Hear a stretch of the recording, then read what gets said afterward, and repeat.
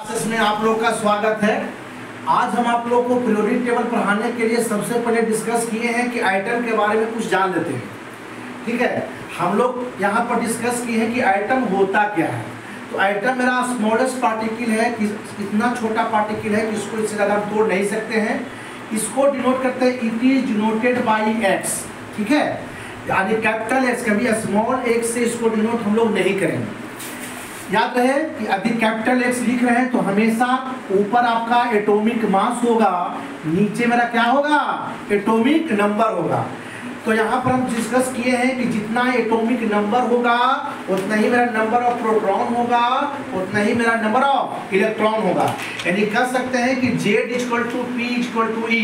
तो हम बता सकते हैं कि किसी भी आइटम में कितना प्रोटॉन कितना इलेक्ट्रॉन रहता है, तो वह डिपेंड करता है एटॉमिक नंबर पर।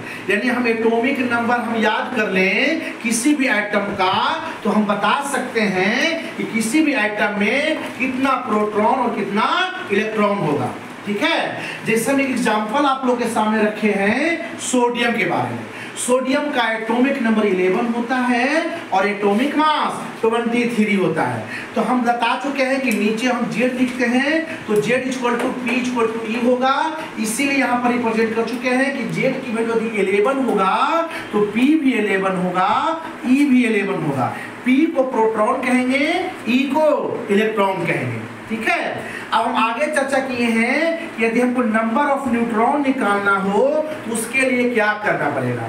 ध्यान रहे, यहाँ न्यूट्रॉन का फॉर्मूला A - Z लिखे हैं, यानी atomic mass minus atomic number. किसी किसी बुक में आपको यहाँ पर Z की जगह पे क्या लिख सकता है, P भी लिख सकता है या E भी लिख सकता है। तो A - P या A - E, तो आप कंफ्यूज नहीं करिएगा, क्योंकि Z = P = आपस में क्या होता है, बराबर होता है। तो याद रहे यहाँ पर आपका n की वैल्यू A - P भी हो सकता है या n की वैल्यू A - E भी हो सकता है। आपस में तीनों एक ही बात है। ठीक है, अब हम डिस्कस करते हैं कि आप बताइए कि आइटम का फॉर्मेशन कैसे होता है। तो याद रहना चाहिए कि sum of the proton and neutron या sum of the atomic number and neutron या sum of the electron and neutron, ये दोनों को कॉम्बिनेशन जब करेंगे, किसको प्रोटॉन या न्यूट्रॉन को, या एटॉमिक नंबर या न्यूट्रॉन को, या इलेक्ट्रॉन और न्यूट्रॉन को, तो इस दोनों को जब कॉम्बिनेशन करेंगे तो हमें ये पता चलेगा कि किसी भी आइटम में एटॉमिक मास कितना होता है। एटॉमिक मास को डिनोट किससे करते हैं, A से। इस दोनों को जोड़ लेंगे तो पता चलेगा कि किसी भी आइटम में मेरे पास एटॉमिक मास कितना होगा। वो पता कहां से चलेगा, तो हमको पता चलेगा प्रोटॉन और न्यूट्रॉन को जोड़ने से। अब हम आगे बात कर रहे हैं, फिर हम डिस्कस किए आपके सामने रखे कि स्ट्रक्चर ऑफ आइटम क्या होता है। स्ट्रक्चर ऑफ आइटम जो होता है वह डिपेंड करता है नंबर ऑफ सेल पर। ठीक है, जैसे जैसे आपकी सेल बढ़ेगा आपकी आइटम का स्ट्रक्चर का भी स्ट्रक्चर बदलते जाएगा। यदि मान लिया जाए कि एग्जांपल दिया आपको कि हमको निकालना है स्ट्रक्चर ऑफ आइटम सोडियम का, तो हम एक एग्जांपल दे रहे हैं। अब एकदम बेसिक चीज बताना चाह रहे हैं हम आपको कि 288 के हेल्प से हम 1 से लेकर 20 तक एटॉमिक नंबर का हम स्ट्रक्चर ऑफ आइटम इस हेल्प से निकाल सकते हैं।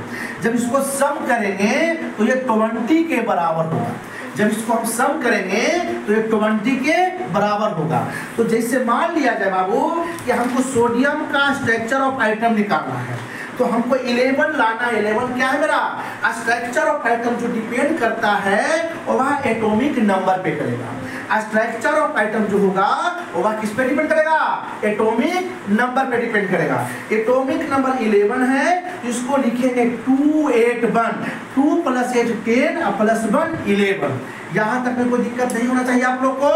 याद रहे जब हम यहाँ से निकालेंगे तो हम फिर चर्चा किए कि सेल बाबू क्या होता है। तो सेल उसको कहते हैं जो आपका आउटर पार्ट होता है, उसको सेल कहेंगे। सब सेल क्या होता है, तो इनर पार्ट को सब सेल कहेंगे। एक स्ट्रक्चर में हम आपको बताना चाहते हैं, मान लिया जाए कि मेरे पास दो, देख लीजिए इस प्रकार से बना हुआ स्ट्रक्चर है। ये बाहर पार्ट है, इसीलिए इसको हम क्या कहेंगे, सेल कहेंगे। इनर पार्ट है, इसीलिए इसको हम सब सेल कहेंगे। आप लोग को दिक्कत नहीं होना चाहिए, ठीक है। उस प्रकार से मैंने बताया। फिर आपको डिस्कस मैंने किया कि किसी भी आइटम में वायलेंस कितना होता है और वैलेंसी कितना होता है। वायलेंस या वैलेंसी ये डिपेंड करता है एटॉमिक नंबर पे। किस पे डिपेंड करता है? एटॉमिक नंबर पे, जो हम किस तरह से रिप्रेजेंट करेंगे।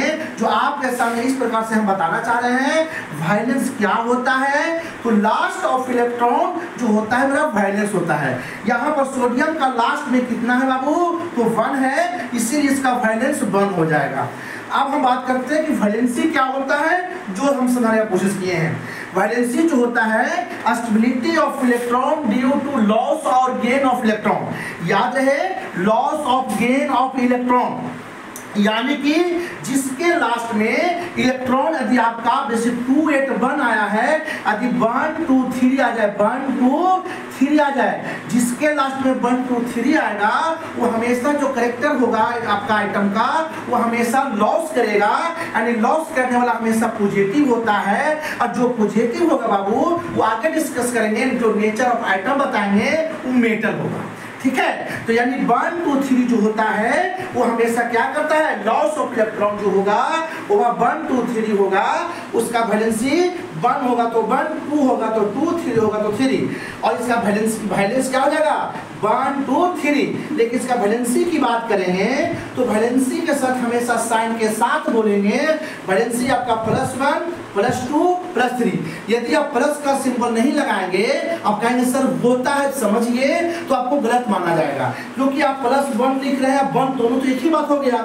इसीलिए जब भी आपको वायलेंस और वैलेंसी पूछा जाए तो आप उसमें साइन को रिप्रेजेंट करके दिखाना पड़ेगा, ठीक है।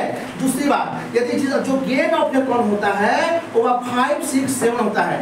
यदि लास्ट ऑफ इलेक्ट्रॉन में बाबू यहाँ पे 5 आ जाए, 6 आ जाए, 7 आ जाए, तो ऐसे आइटम आएंगे तो वह हमेशा उसका वैलेंस क्या होगा 5 6 7 होगा। जो आपका वैलेंसी -3 -2 -1 होगा। अब आगे डिस्कस किए थे कि वैलेंसी होता क्या है। वैलेंसी जो होता है stability of electron due to loss और गेन। लॉस और गेन क्या होता है यहाँ हम आपको बता चुके हैं, याद रहना चाहिए कि लॉस ऑफ इलेक्ट्रॉन जो होगा, लॉस ऑफ इलेक्ट्रॉन जो होगा बाबू 1 2 3 होगा, और जो 1 2 3 होगा बाबू इसको मेटल कहेंगे, और ये इसका जो भी होगा 1 2 3 होगा, इसका जो वैलेंस होगा +1 +2 +3। दूसरा बात करते हैं गेन ऑफ इलेक्ट्रॉन, जो 5 6 7 होगा, जिसको हम नॉन मेटल कहेंगे। ये आपका बेसिक कॉन्सेप्ट बता रहे हैं, ऐसा रियल में नहीं होता है, लेकिन एक बेसिक कॉन्सेप्ट के आधार पर जब ये समझ जाएंगे तो आगे समझने में आसान होगा, ठीक है। तो इसका जो भी होगा ये आपका 5 6 7 होगा, इसका जो वैलेंसी होगा, याद रहे स्टेबल होने के लिए हमें 8 इलेक्ट्रॉन चाहिए। यहाँ पर 8 पूरा करने के लिए किसी अदर आइटम से 3 इलेक्ट्रॉन लेना पड़ेगा, इसीलिए -3, ये 6 लास्ट में रहेगा तो 2 लेना पड़ेगा, -2, यहाँ 7 है तो -1 लेना पड़ेगा, -1। इस प्रकार से मैंने आपको बताया, आप एक बार इसको देख लें। जो भी डॉट हो हम लोग नेक्स्ट क्लास में डिस्कस करेंगे, जो मेरा गोज्योति क्लासेस का ऐप है उसमें बताया गया है। थैंक यू, धन्यवाद।